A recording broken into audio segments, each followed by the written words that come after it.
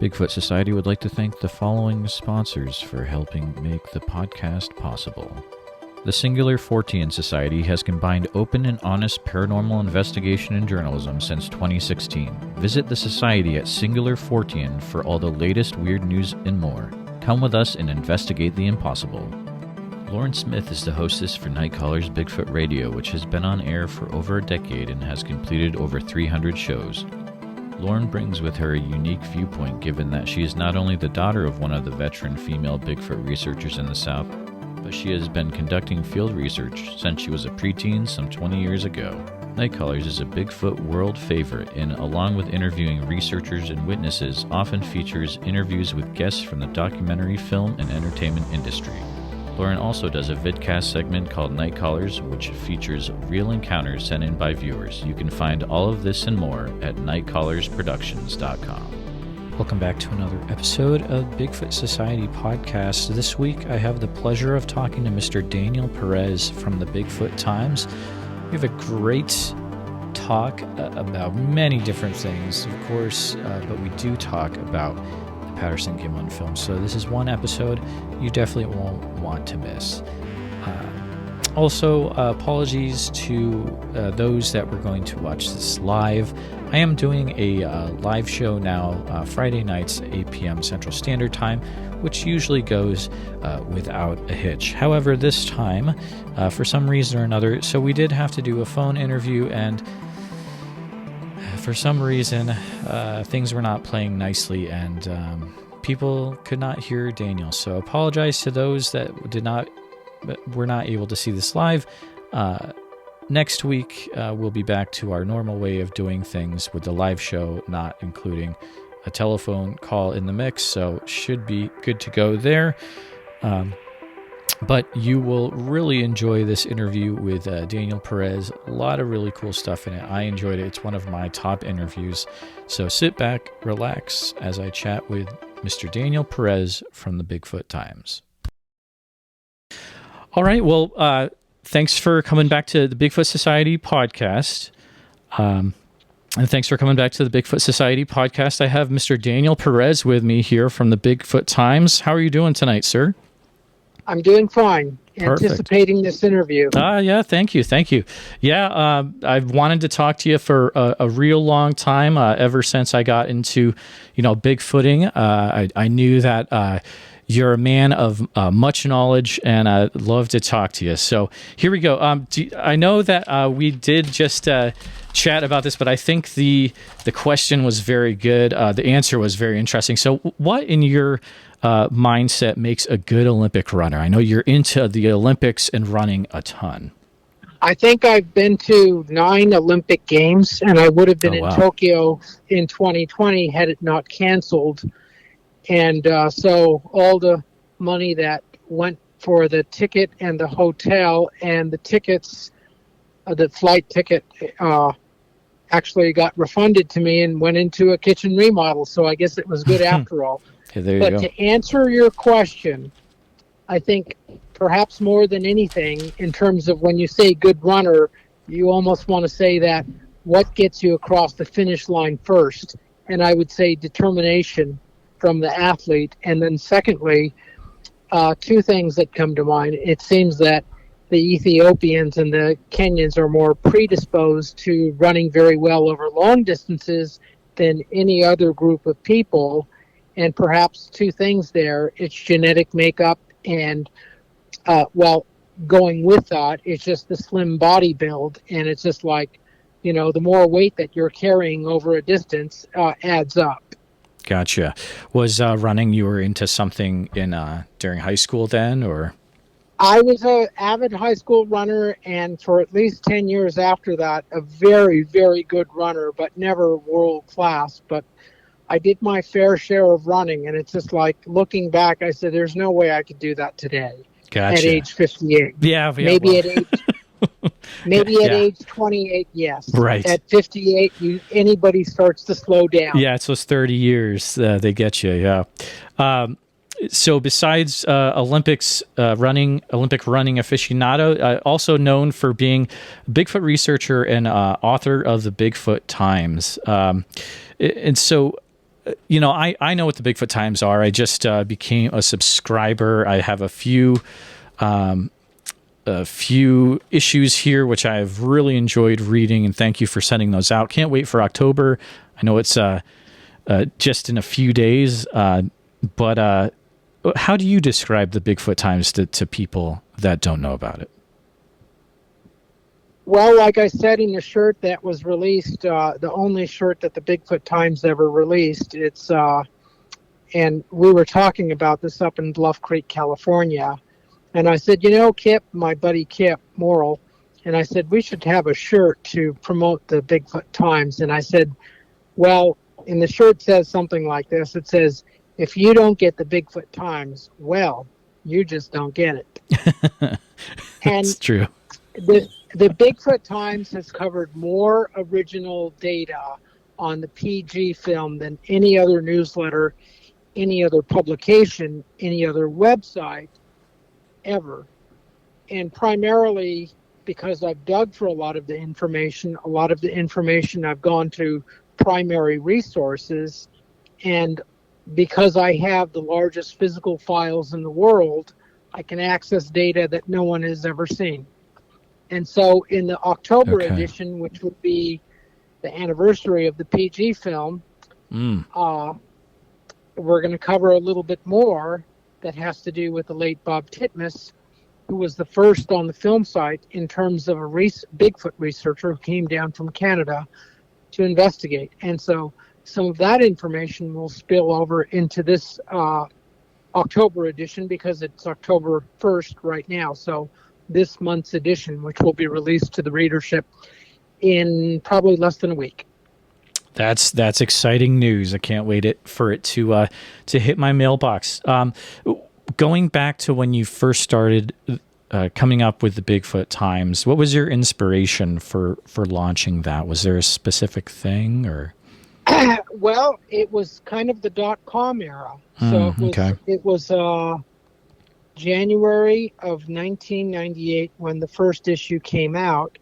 And the big thing back then was really going from desktop computers to laptop computers. Or I don't even know if they called them laptops back then. But it was kind of, for those people who kind of followed that technology, computer technology, it was kind of a big thing. And so I was sitting in a McDonald's one day, one of my favorite watering holes, and I started writing on a napkin. And I said, well, geez, I was subscribing to some other newsletters, Ray Crow's newsletter, the late Ray Crow, Don Keating's newsletter in Ohio, Connie Cameron's newsletter in California. And I just felt that perhaps because they were the editors and the publishers of those newsletters, which were mailed out, everything wasn't online then, and people were still getting physical mail. I thought, wouldn't it be nice to have something to compete with those newsletters that was perhaps a little more carefully researched and a little tighter in quality control? And so I launched the Bigfoot Times, not knowing that the other newsletters would eventually all go extinct. So the Bigfoot Times is the last of the breed. There are no more physical newsletters that are published and sent out to a membership in the world, period. That's fascinating. Like, you're it. That's crazy. Yeah. And so whether people may not admit it, but people do like to read things that are actually in their hands that are on a screen. I mean, you could stop reading it, set it down, go in through the door and come back to it, and it's still there. It'll never corrupt. Yeah, no, I agree. There's something about the tangible, just holding it. I very much agree with that. Do you have a favorite issue or interview that you've done over the years? I've done interviews with John Green, Jeff Meldrum, Clef Barackman, Renee DeHinden. Well, maybe not so much Renee DeHinden.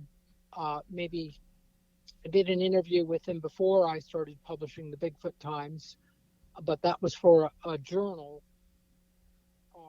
Info Journal, I think it was called, which is no longer being published. But I can't say I do, but I do tend to like the ones that focus on the PG film and perhaps some of the high points that most people don't necessarily consider, or one of the questions that most people will say have to back off and say like, oh, that really is a problem. And when we have an intelligent discussion of the PG film, what sums it up better than anything else, and I've said this in the past, well, if it really is just a man in a costume, why can't we duplicate it? Mm, I'll say that now. I'll say that 50 years down the road. totally. If it really is a man in a costume, why can't we duplicate it? That's a good point. And they try to duplicate it too, but it's like you can't get. I mean, you look at the film and you can see the muscles rippling on the thigh, and it's like you just can't duplicate it. You know, it's wild.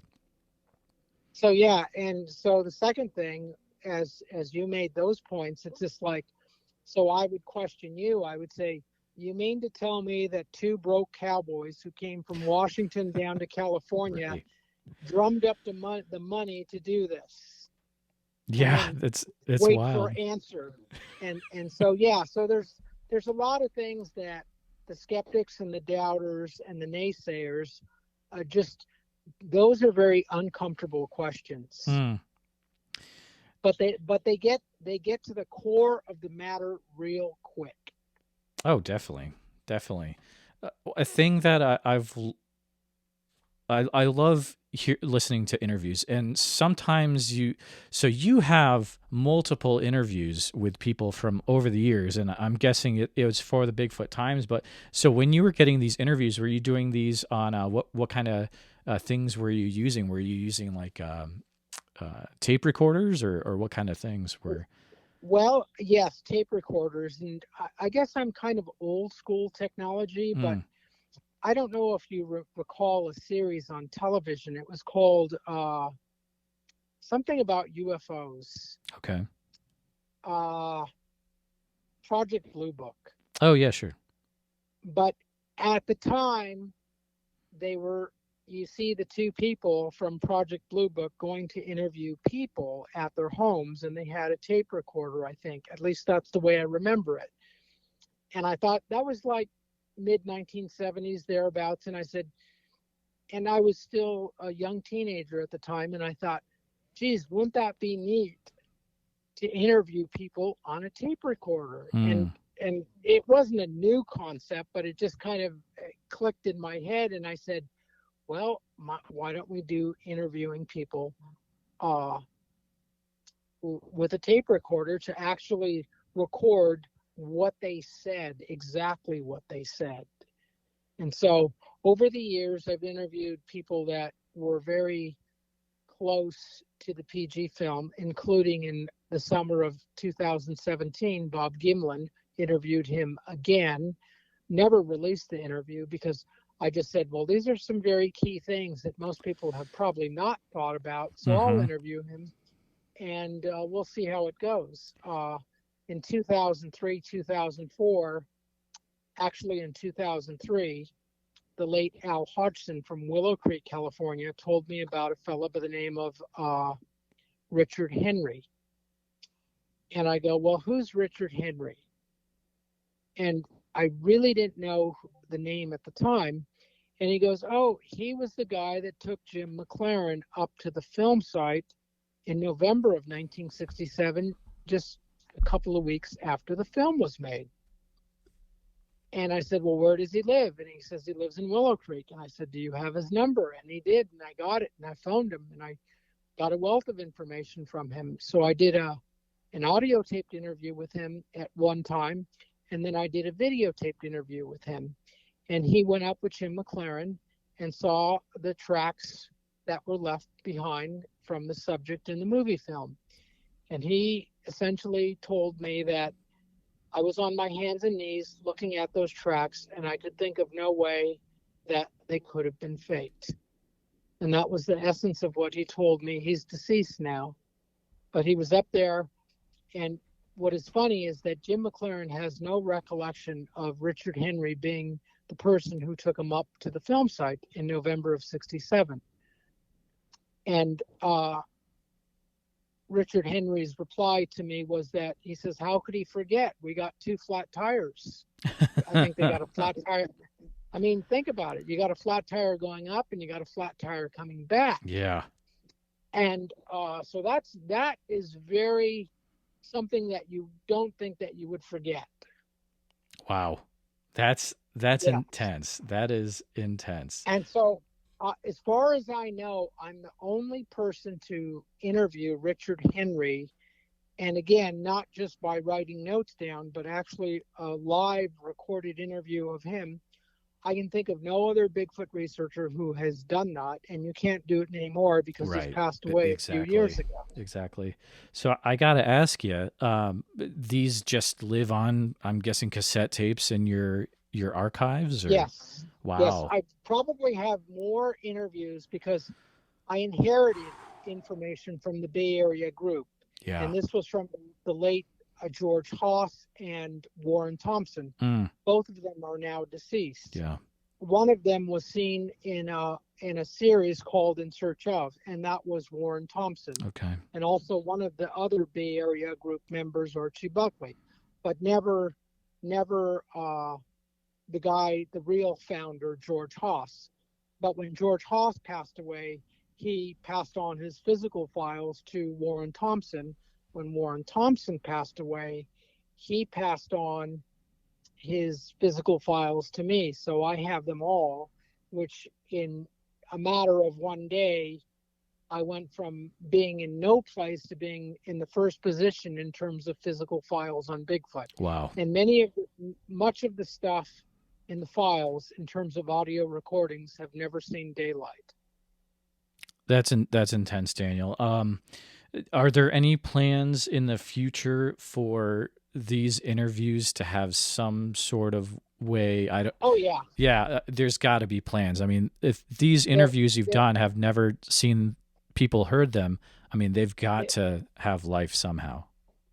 They really belong to the public in the sense that because of social media and because of the internet and because of this greater interest in the subject than ever before, is that people want to know about these things like, oh, this really happened up in such and such a place in Oregon that they never knew about, but here's an eyewitness talking to someone about it on tape. Yeah, the history that those would include would be phenomenal. And so hopefully, we'll keep eyes and ears out. Hopefully someday those will somehow become available for everyone to listen to. That would be amazing. I'd be a super big fan of that.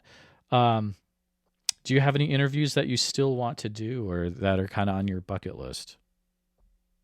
Well, in the sense that a lot of the questions that I wish people would ask would be not so much the superficial top of the soil ones, but the ones that dig deep, like for the people who are really familiar with the subject matter, to say like, well, what about this and what about that? And it's just like, there's one case that a lot of people know about that people continue to talk about, and you could see it on the Bigfoot Forum's website. Okay. There's a whole section devoted to the Patterson-Gimlin film. Sure. And there's endless discussion about it, and they want to know the minutia, all the details, and it's just like, I think that's wonderful. Oh yeah, I mean, there is a definitely a ravenous audience about that film. I mean, I remember that's the first thing that introduced me when I was a little kid. That's the first thing I saw. I was like, wow, are you seeing this? And I remember my dad he was like, I've seen that before. That's pretty cool. But I was just like, the first time you see it, you're like, what is going on here? This is nuts. But it's just like, it's a very provocative film. And then it really Renee DeHinden, the late Renee DeHinden, in an interview with an Arizona newspaper, said that from a legal, scientific, forensic point of view, and it was a good point at the time, but it turned out to be false. He said you can't tie the subject in the movie film to the tracks in the ground. which at the time, which was about 1977, that seemed like it was all said and done. But later, another investigator came along. I think by then Renee was passed on, and this was around 2004, 2005.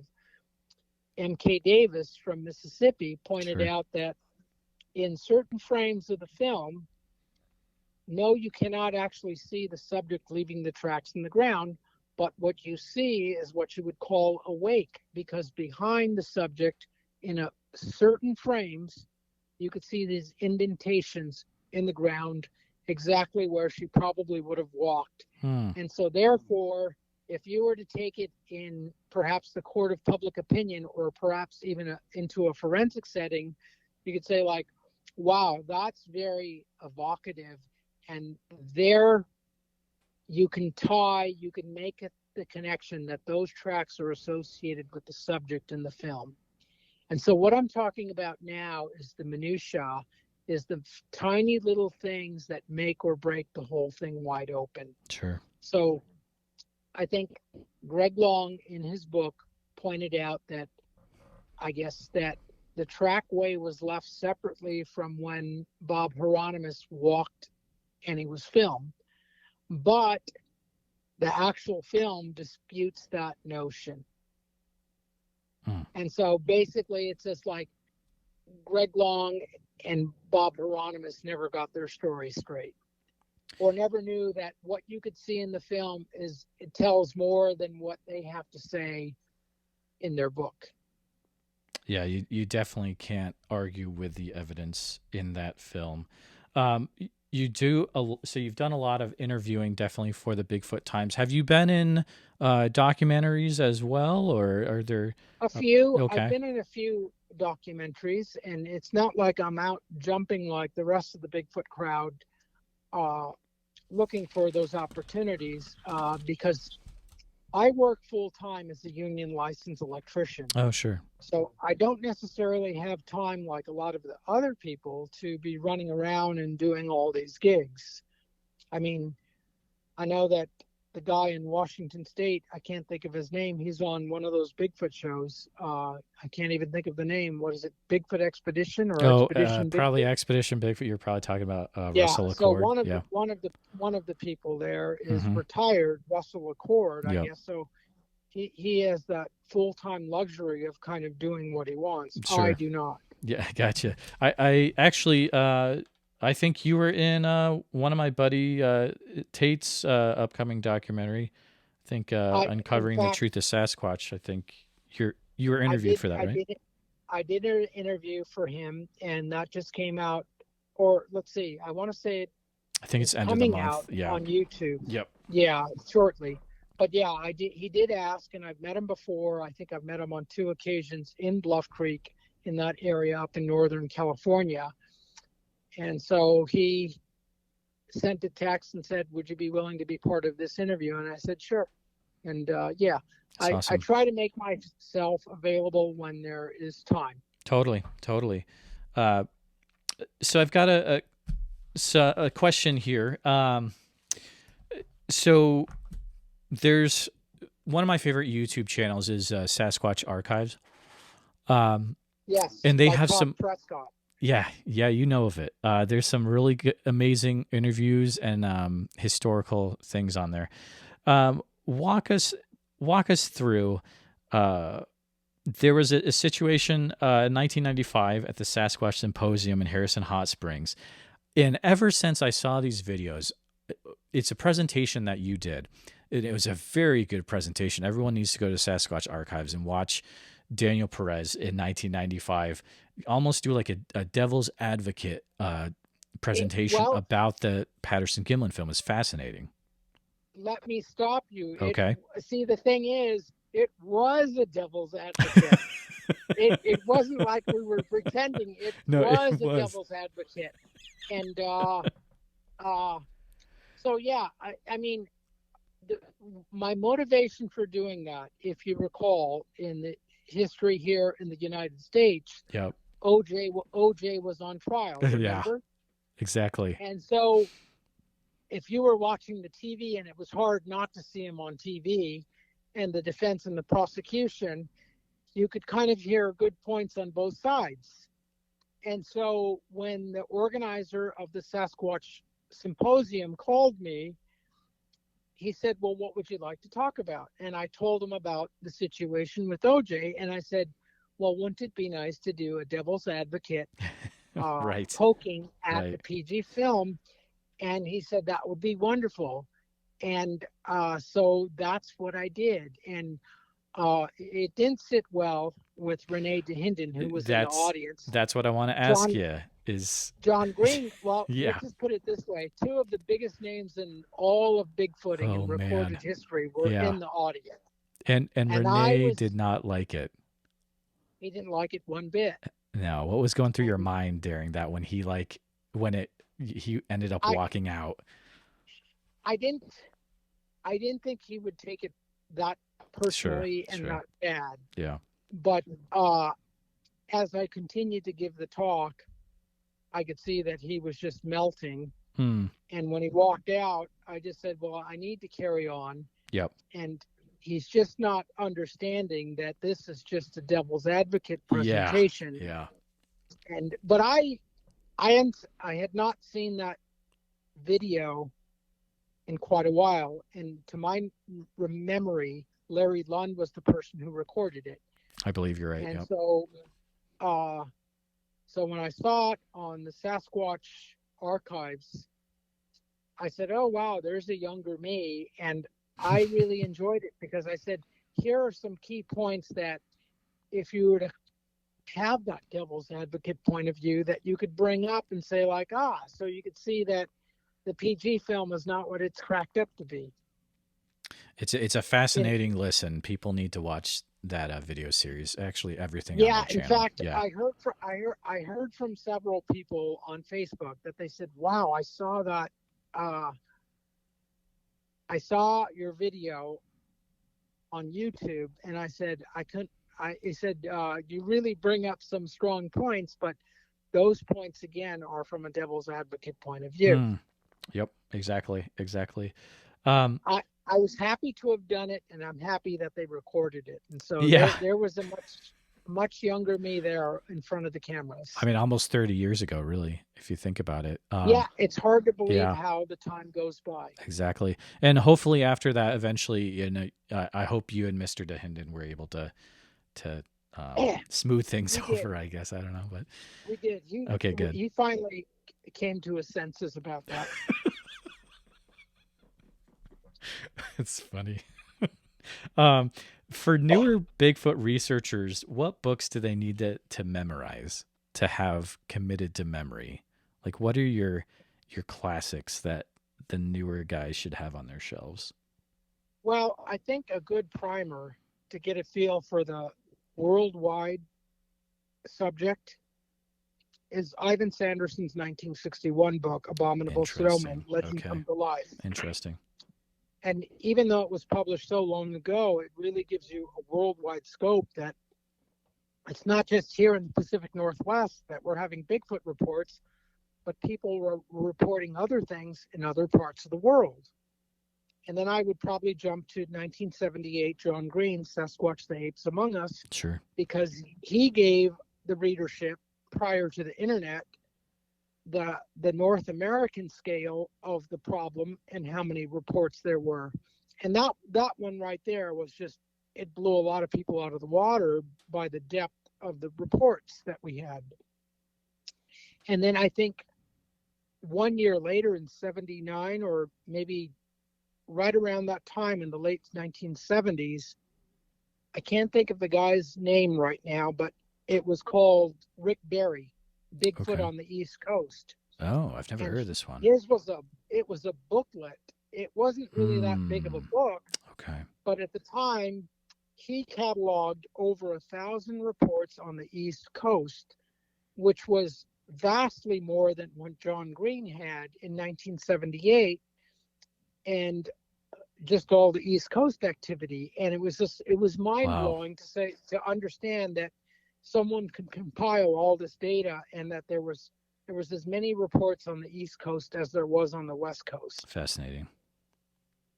And let's see, what else would I I think Chris Murphy's Meet the Sasquatch, Oh, that sure, original yeah. book that was published, and it really gives you that coffee table introduction to many of the key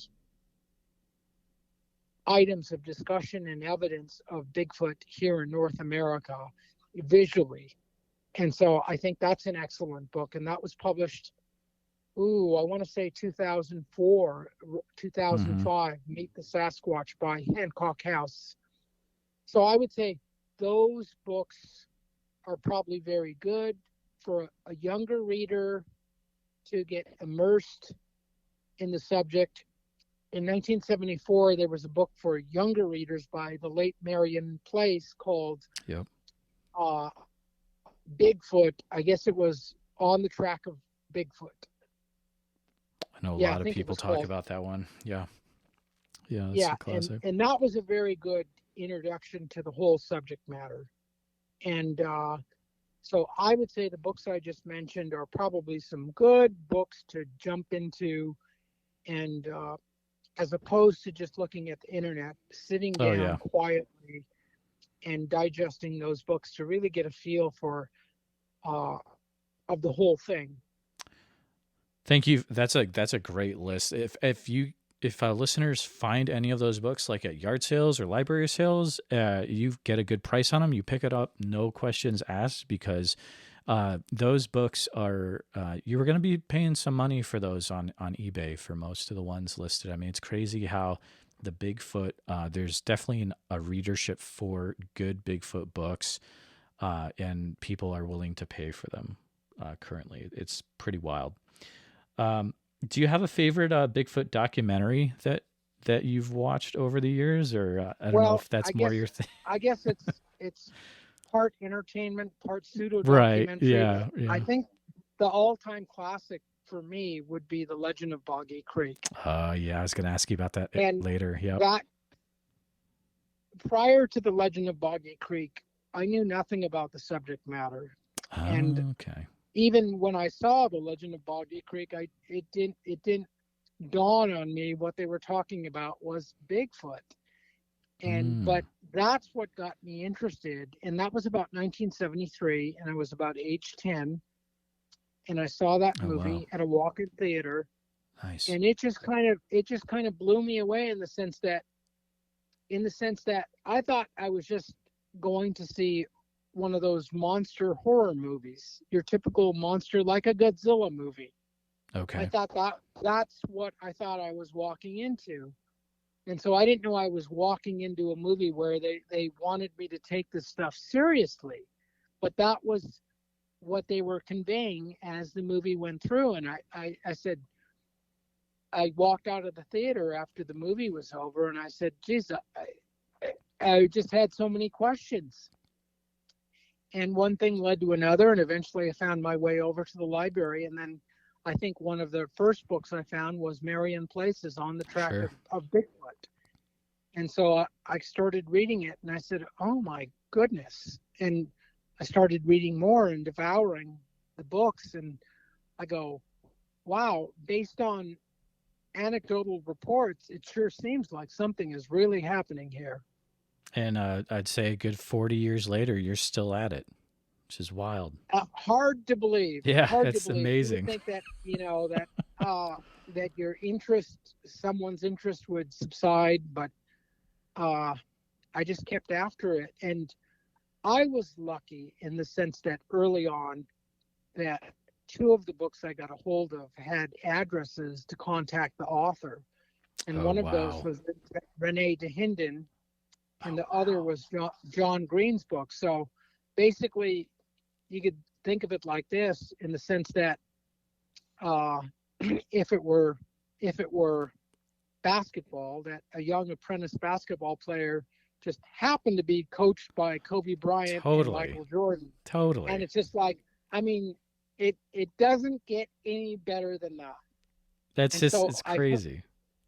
It just, I got dialed in to the right people right out of the gate. Man, that's awesome. That is awesome. What are your thoughts on, so try to explain this in a certain way. If you look, from where I am and looking backwards, it's almost like there's been cycles of Bigfoot research. You've lived through, I would say, maybe a few generations of Bigfoot research. Is the current generation or the current cycle of researchers, are we on the right track, or do we need to get some stuff straight? What are you thinking? Various thoughts. Okay. That the current crop of Bigfooters, say the people that are young, early 20s, sure, that type of researcher or that age category, they're probably smarter than the rest of us that are older. They've been maybe not so much taught, but they've been exposed to a lot more information. And I think what makes up any deficits with the younger generation is the use of technology. Okay. When you could take a thermal, so it doesn't take you to be a rocket scientist as a younger newbie to realize, wow, I could get a thermal and go out in the woods into a hot spot for Bigfoot and have really good chances of seeing something. And perhaps 35 years ago, we really didn't have that technology, even though maybe the older generation of Bigfooters may have been more well-intended. Without the technology, you're nothing. And so there's so much new technology today, especially thermals and game cameras that are really good, that could be cutting edge. So perhaps the technology that's in use today makes up for any deficits that their lack of understanding. I don't think the new generation is more critical about the data than the older generation, because I think the older generation of Bigfooters, the ones that are still living, did a lot of reading on the subject, as opposed to the younger generation who want that instant, more like instant coffee or instant whatever. Right, exactly. You know, they want it instantly rather than waiting. And so that's what I see as the difference. I think, the current, I'm just happy that there is a current generation. Oh, sure. That there's a lot of younger people trying to fill the void from the older generation that's all passed on. I mean, you look, for instance, the last of the big four, Peter Byrne, Rene DeHinden, John Green, and Grover Krantz. Exactly. Is the only one that's living is Peter Byrne. Yeah. But he's 90 plus, and so there's only so much more. He's on the downhill slope. So exactly. It's not like he can offer too much more to the serious discussion of Bigfooting. Yeah, there's some solid younger guys that are they're coming up through the ranks. You've got of course you got the Bluff Creek Project guys. You got people like Alex Petikoff, Eli Watson that are doing Beyond the Trail of Bigfoot, and you've got people like Connor Anderson with the North American Bigfoot Center. Just so many different researchers out there, and then you've got Sasquatch Legend Meets Science too. That's coming down the pipeline, and the stuff they're going to be bringing out. I just talked to Doug Hychek, and it's amazing. It's going to be some very, very cool stuff that comes out with that film. So you're definitely an avid reader. What are your thoughts on the phenomenon of, and I want you to speak freely, of course, because I'm a podcaster, right? But so you can say what you want to say, but what are your thoughts on, like, it seems like, of course, there's a generation where, they're writing the Bigfoot books, and now there's a lot of podcasters that are talking about Bigfoot, and any guy can, if they get the right tech, they get a microphone and they can hook up to the internet and they can start talking about Bigfoot. Do you have thoughts about that phenomenon? Or what's nice about a podcast is that if you're interviewing someone, say a witness or a researcher, is that they can't come back 5 years later or 5 months later and say, I never said that. And they said, well, True. Here you are being recorded. Yeah. And so that's the beauty of a podcast. Yeah. And so it's always nice to hear viewpoints about various things. If you're talking about the PG film, most people take it out of context in the Sure. sense that that's all they talk about is that Roger Patterson got a film in October 20th of 67.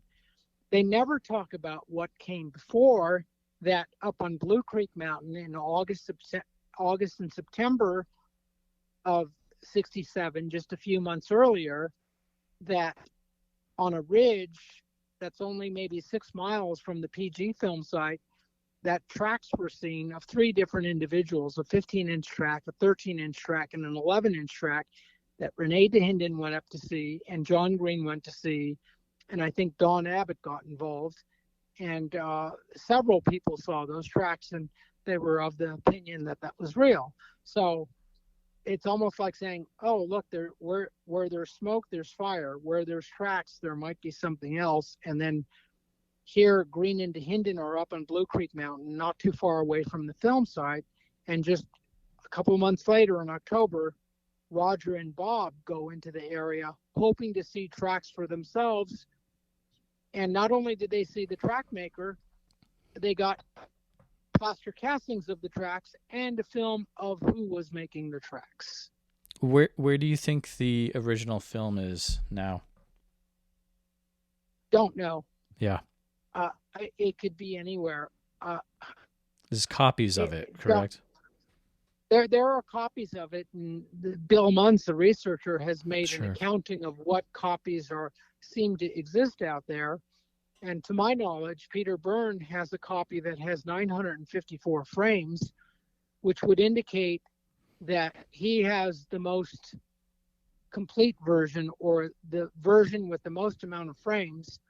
So, and that's a copy of the original. So it would indicate that the original has minimum of 954 frames. Rather than 952. Not that 2 frames is going to make or break the case. It depends what's on the frames, I guess. I don't know. But... It's interesting. It's interesting to know that the inventory is larger than what we suspect. Interesting. Or suspected early on. What are your thoughts on, and the next few questions, I'll be honest, Daniel, they might... well, we'll see. What are your thoughts on where do you think the film was developed for the Patterson-Gilman film? I know you've done a lot of research into this. As probably somewhere in Yakima, Washington. And Roger did talk with a newspaper man that interviewed him, and I think this had to have been in 68. I've got it in my files.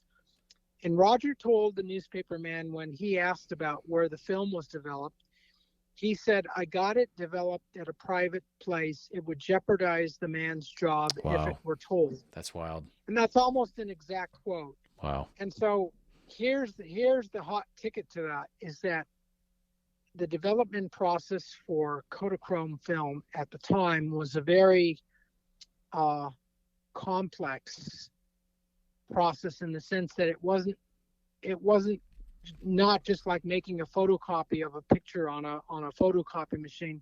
There were several steps involved. So whether it was in some guy's garage or at a Kodak facility, that it was processed in the sense that it was a good movie, in the sense that you could see stuff, but no one really knows for sure. And the person, if it was just one lone individual who had a copy, had all the soups necessary to do the processing in his own garage, that person has probably passed away, because Bob Gimlin is almost 90? Yeah. And so that person would probably be up there in age as well. So where it was processed, the most that we know is that, as per Roger's own admission, it was processed at a private place, and it would jeopardize the man's job if it were told. So if it were done at, say, Alpha Cine or another facility in Seattle, Washington, that they did it off the clock, and they probably did it for hard cold cash. I don't know. Yeah, Nobody. you don't know. It's all speculation. Do you have let's say if someone wants to really get into the Patterson Gimlin film, are there books that you recommend? I know you mentioned Bill Munn's book as a possible one. A few of them. I would read Bill Munn's book, When Patty Met Roger, I Sure. believe.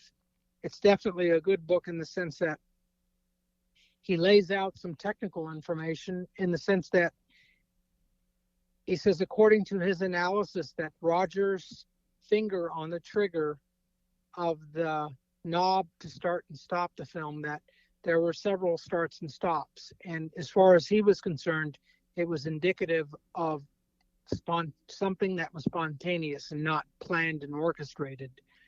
And so that's actually a good sign, because it shows up in the films, the starts and stops, because when the film on a mechanical movie camera, when it starts, it has to get up to speed. And in order to get up to speed, it goes from slow to faster, and you could see that on the film in certain spots. And according to Bill, I think it was about 5 times that Roger took his finger off the trigger. And when you actually look at the movie, and it's very clear that it was taken under extraordinary circumstances, in the sense that the cameraman was moving around, and that if it were a spontaneous event, that's something that you would probably expect, that his finger would come on and off the trigger multiple times. That I've never thought of. That's a really interesting thing to think about. Yeah. Well, that's a key point that Bill Munn's brought out in his book. Okay. Talking directly, so thinking of people that are still going to the film site today, what do you have any thoughts about maybe what are things that need to be done next with the film site, or any thoughts regarding that? I think what is still possible or hopeful is trying to understand whether that film was shot with a 25 millimeter lens or a 20 millimeter lens, or possibly a 17 millimeter lens. According to Renee, and Renee DeHinden used to be pretty accurate with this information, when I wrote the booklet Bigfoot at Bluff Creek, I put down 25 millimeter lens. And that information was directly from Renee. But I never bothered to ask him how did he know that information, that he knew it. Sure. And so now that he's gone, it's just like hindsight is always 20/20. Exactly. So using a photogrammetry formula, you can determine with the lens and the distance from the subject how tall the subject is. So, but in order to get that height, you would have to know, not maybe, but factually, what lens was on that camera. Was it a 25 millimeter? Was it a 20 millimeter? It seems to me like it was probably a 25 millimeter lens, because of the great panoramic view from edge to edge, from left to right. You pick up a lot. The subject on the movie film is no bigger than a sprocket on the film, but you have all this panoramic view that shows so much of the film site, that it seems that was probably the 25 millimeter lens, but that piece of information is not set in stone yet. Gotcha. So it's an open question. I know that on your interview with Cliff and Bobo, you had mentioned that you're working on a booklet regarding the PG film. Is there any updates on the progress of that, or? I wish I could go faster, but it's kind of stalled out for a little bit. But it's mostly going to be a pictorial book. Yeah, sure. Where there's going to be a lot of never before published prints. That's awesome. That the late George Haas took of the PG film site when he was there with John Green and Jim McLaren on June 23rd of '68, when they went back to the movie site. and the late George Haas was with him and shot slides of the whole area, which is like one of the most brilliant documentary things that anyone could ever do with regard to the film. Yeah, I'm looking forward to that for sure. We're getting into the part where there's a few questions that I ask all of my people I interview, and I'm curious to know your answers on these. So someone asks you, what is Bigfoot? How do you explain what Bigfoot is in your words? Well, in general, it just seems like an undiscovered primate Sure. that exists here in North America. What it's all about, I can't really tell you, because I always emphasize to people that we are studying Bigfoot reports, not Bigfoot. And there's a very big distinction there. And I'll repeat myself, we're studying Bigfoot reports, not Bigfoot. So no one really knows the natural ecology, habitat of a Bigfoot, because no one is really studying a Bigfoot hands-on. So there's most of the things we don't know. We don't know if they bury their dead, whether there's fossilized information here in North America that's been overlooked or never found, or all of these things. It's all good guesswork. Exactly. What do you consider the top evidence for Bigfoot? Oh, obviously the PG film. Obviously, I literally have second best written next to that question, because I was like, he's going to say PG film, but what is your second best then? I would say possibly the Bossberg tracks. Okay. Because multiple people were involved, and the fact that Rene DeHinden was there, and that he saw these tracks, over 1,000 of them, and that his typewritten notes were eventually published in one of Chris Murphy's books. Sure. And it shows that the track line that he was looking at sure seemed to be coming from a living animal, as opposed to someone just laying down tracks. And what's interesting about the Bossberg tracks is that not so much from Ivan Marks and Rene DeHinden, but what came from the newspaper articles that were being published at the time, that the tracks went into Lake Roosevelt. And this is December of '69. So first of all, the weather there, because there's snow on the ground, is either freezing or close to freezing. So if someone is pulling a stunt, they're going to a lot of trouble to do so. But here's what the tracks did, is that there was a boat ramp there, or something of that nature, that went down straight into Lake Roosevelt at something like a 40-degree angle, or a pretty steep angle. And according to observers who reported it to the newspaper, is that the tracks at one point came together, and it looked like the thing skied down into the water on its feet. Wow. So if this were a fake, who does that? That's wild. Who does that?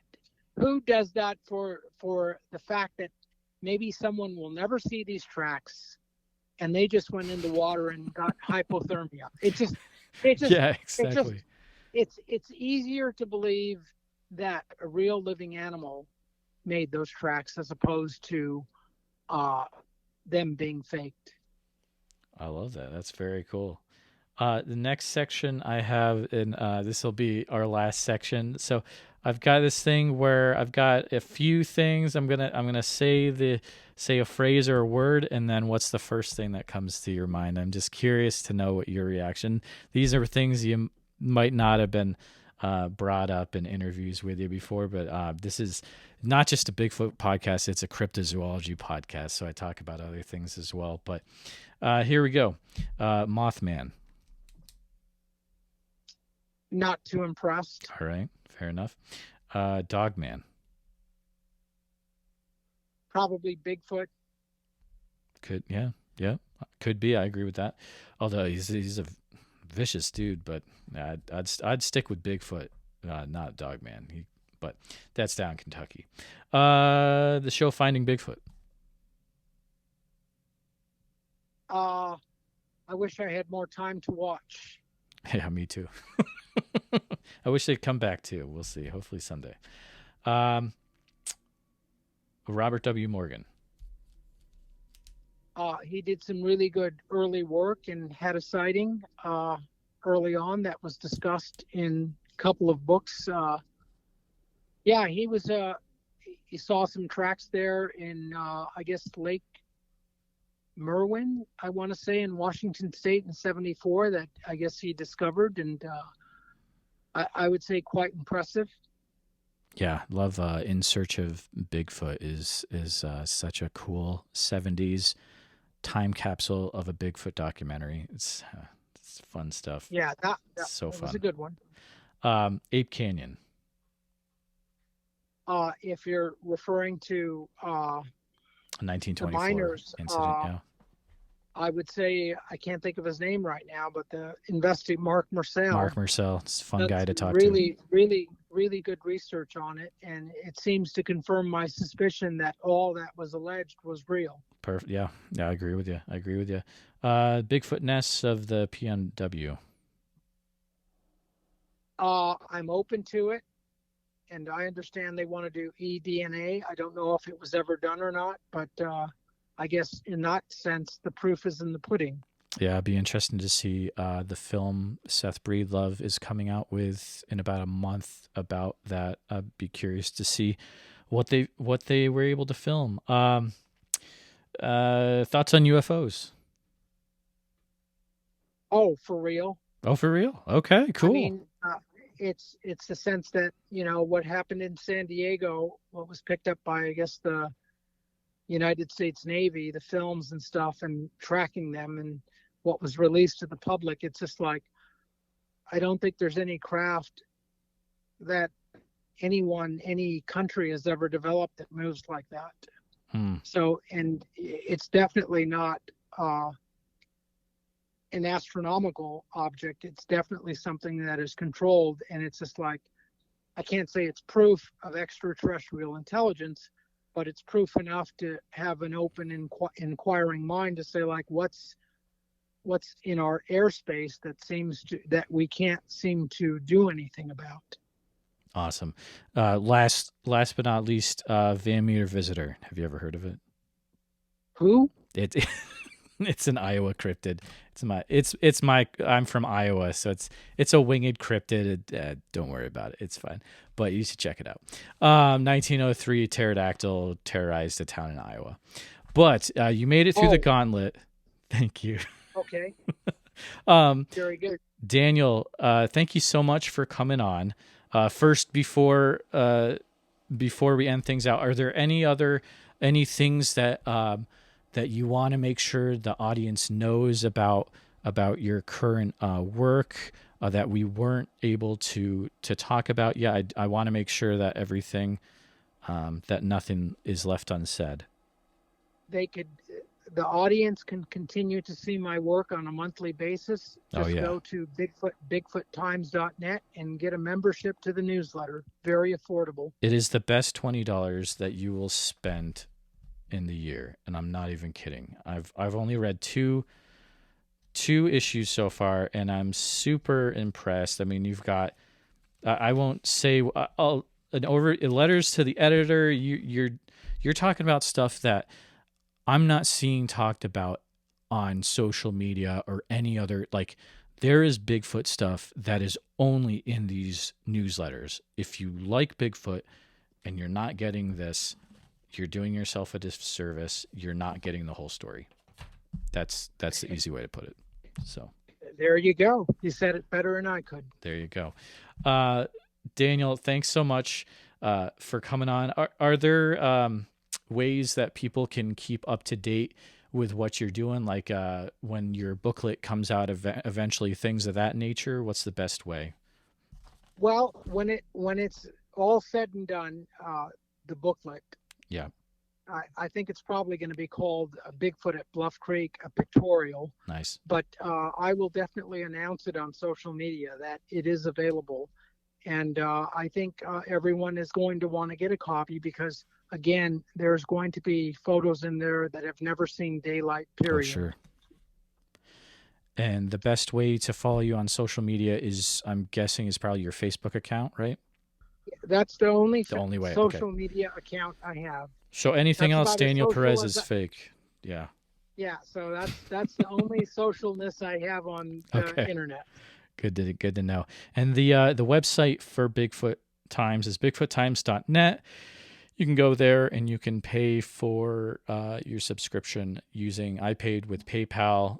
There's some, I believe, another way to do that, but PayPal is probably the easiest, I would guess. But your information is bigfoottimes.net, so check that out right away after you listen to this interview. But thanks so much, Daniel, for coming on tonight and for chatting.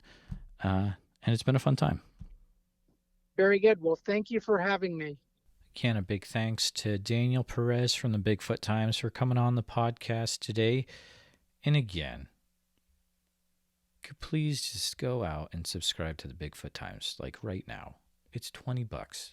That's like 2 times going to Starbucks, guys. And you will not regret actually getting a newsletter in your mailbox. You can hold Bigfoot info you're not going to get anywhere else. I'm not even kidding. 2 issues in, and I've been reading stuff that's been blowing my mind, and that's not been talked about on Bigfoot social media. Go and subscribe to the Bigfoot Times. But thanks again to Daniel Perez for coming on the Bigfoot Society podcast. Also, and if you haven't heard the Bigfoot and Beyond episode with Daniel Perez, which I'm sure you have, but if you haven't, go watch that. Go listen to that next. It's a solid interview. Big fan of Cliff and Bobo. You guys are awesome. We'll see you back next week. Again, remember that Friday nights, 8 p.m. Central Standard Time. It's our live show. Next week, we should be back to normal with no technical difficulties. I'll be talking to Mr. Steve Culls, the Squatch Detective. So you'll definitely not want to miss that. And I'll see you on next Friday, 8 p.m. Central Standard Time. Make sure you subscribe to the channel. Hit the bell icon so that you don't miss when we go live or upload anything new. Thanks for listening, guys. Thanks for taking your time out of your busy day and spending some time with us. Go ahead and subscribe so you don't miss any future episodes. Leave a review on iTunes, Stitcher, and your preferred podcast platform. And if you have any stories, you can give us an email at bigfootsociety@gmail.com. And again, check out the articles we have and more. Preferred book lists at bigfootsocietypodcast.com. You can always go to Instagram at Bigfoot Society. And we have a TikTok now. It gets pretty crazy there. Bigfoot.society at Bigfoot.society. Thanks again for taking your time listening to the Bigfoot Society podcast. We'll see you next week. Next Saturday will be a new episode. And also, if you want to take part in the live taping of the episode and put your questions in there for the guest, just remember, subscribe to the Bigfoot Society YouTube channel and hit the bell so you don't miss out on any of those episodes. Thanks again, all, and we'll see you next time. The views and opinions expressed are those of the guest and do not necessarily reflect the official policy or position of Bigfoot Society. Any content provided by our guests are not intended to malign any religion, ethnic group, club, organization, company, individual, or anyone. Thank you.